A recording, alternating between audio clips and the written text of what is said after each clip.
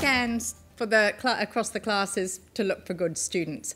And there are some who do stand out in various ways. I was warned that Alanah was coming into my classes and she was great and enthusiastic, but she has volunteered for every single extra duty or to come to seminars or whatever. And this is her reward. Alanah.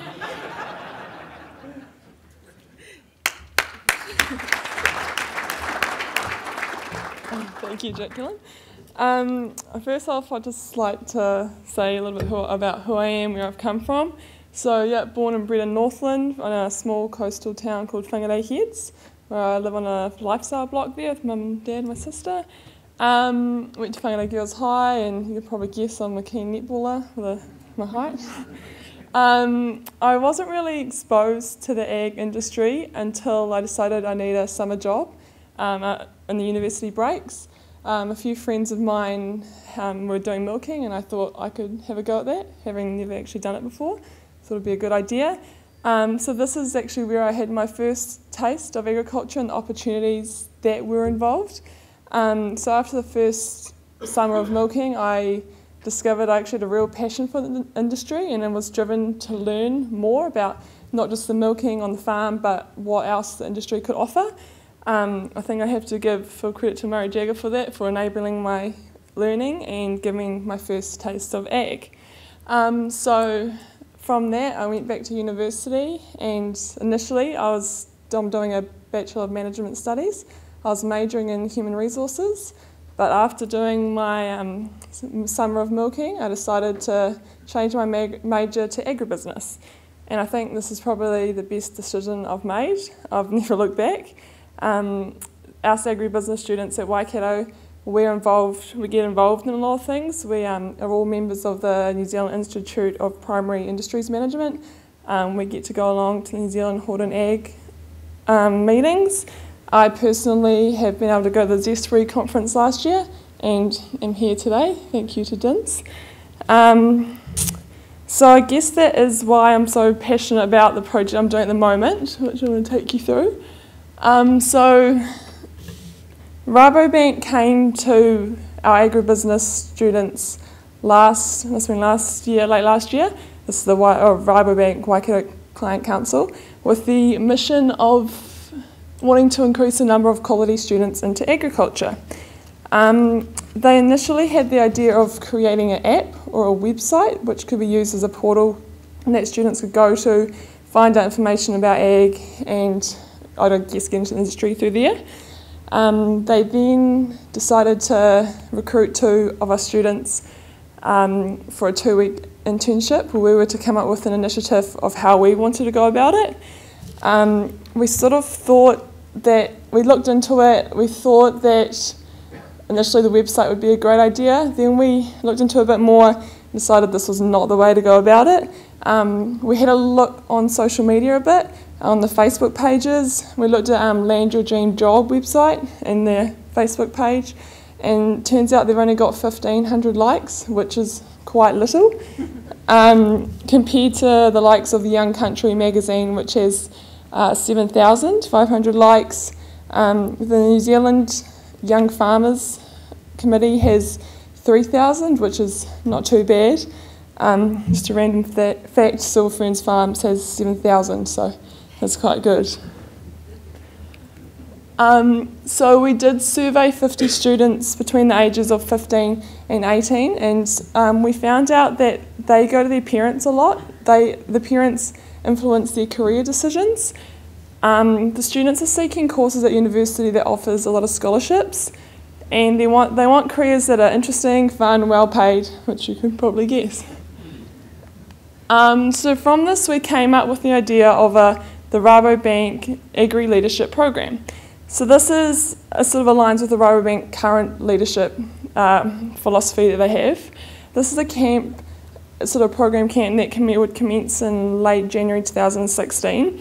It's based at the Waikato University, and it's a 4-day program where Waikato students would come, stay in the halls of residence at Waikato, and would take them around to the different industry bodies and expose them to all the opportunities that are available in agriculture.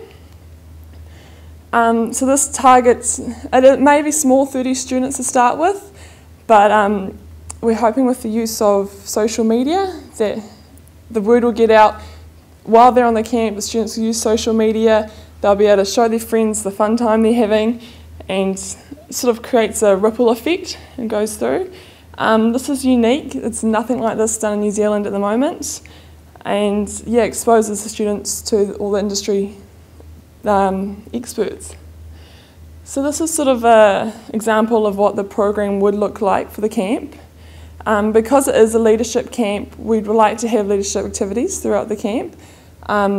We're also looking at getting leadership people to come and talk about leadership, such as some of the Chiefs rugby players or the Silver Ferns netballers that are based in the Waikato. All the industry bodies that are up on the screen, they've been really supportive and wanting to get involved with the program, which is great for us. I think, yeah, going to Ag Research and Greenley Meets, looking at, yeah, just the different sciences that are going on. Zespri has agreed to host us in Tauranga for the day. Convita and then Okara Farms? Okaraka Farms. And Scott's kindly said that he'll host us. Yeah, and then looking at LIC and Dairy NZ and the sciences that are going on there and the different dairy industries. So this is actually a two-part program as well. So the part of camp is targeting the year 12 and 13 students for next year. So the year 13 students on the camp, they would have the ability to apply for a financial scholarship that would aid them when they go to tertiary studies. We're not sure exactly how many we'll have available at this stage. We're looking at 2, and the amount is still to be decided. But it's just to encourage them to, once they come on the camp, to further continue their studies and get involved in the agriculture industry. They'd also have the chance to partake in the Land Your Dream Job, Test Drive Your Dream Job initiative, which is shadowing someone that they look up to in the industry for a day and getting a taste of what their role involves, so they're able to sort of see what path they need to take to be able to also get involved in that role. So the outcomes for the camp would be to have 30 students, top quality students from the Waikato attending. By quality, we don't mean necessarily the top academics, but also people that have the good academic grades, but have community involvement, are willing to get involved, they're keen and motivated, and willing to further their learning. In the application process for the scholarship, students have to write a little report about what they learnt in the camp, which we can later use and publish as advertising if we do have a consecutive camp. Yeah, there's also going to be the social media engagement with Facebook, so hoping they can show their friends as well what is going on in the industry. And this camp does have the ability to roll out across the country if it is successful, which we hope it is. And yeah, that's all.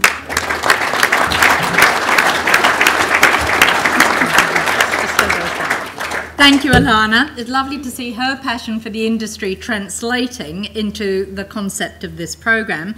And there isn't one person she's approached, not even Ian Scott, who hasn't said, yes, of course, I will host the students. Actually, he jumped to the chance, of course he did.